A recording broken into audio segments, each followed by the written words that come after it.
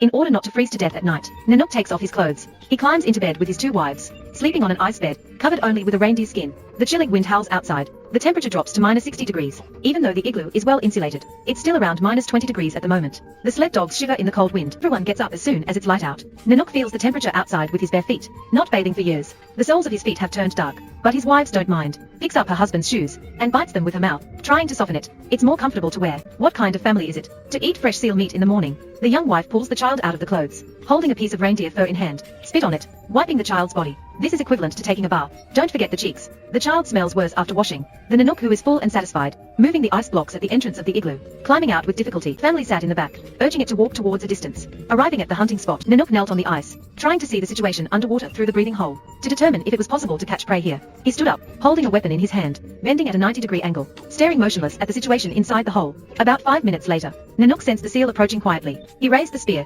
aiming at the small hole on the ground, using all his muscles to thrust it in. The arrow tied to the front end, pierced deeply into the seal's body. The prey's violent struggle caused Nanook to fall to the ground. He relied on his many years of hunting experience. After standing up with difficulty, he officially began the power struggle with the prey. To prevent the rope in his hand from slipping, he supported it with his thigh. Every pore on his body was exerting force. Those who knew he was hunting, those who didn't know, thought he was standing still fighting with the air.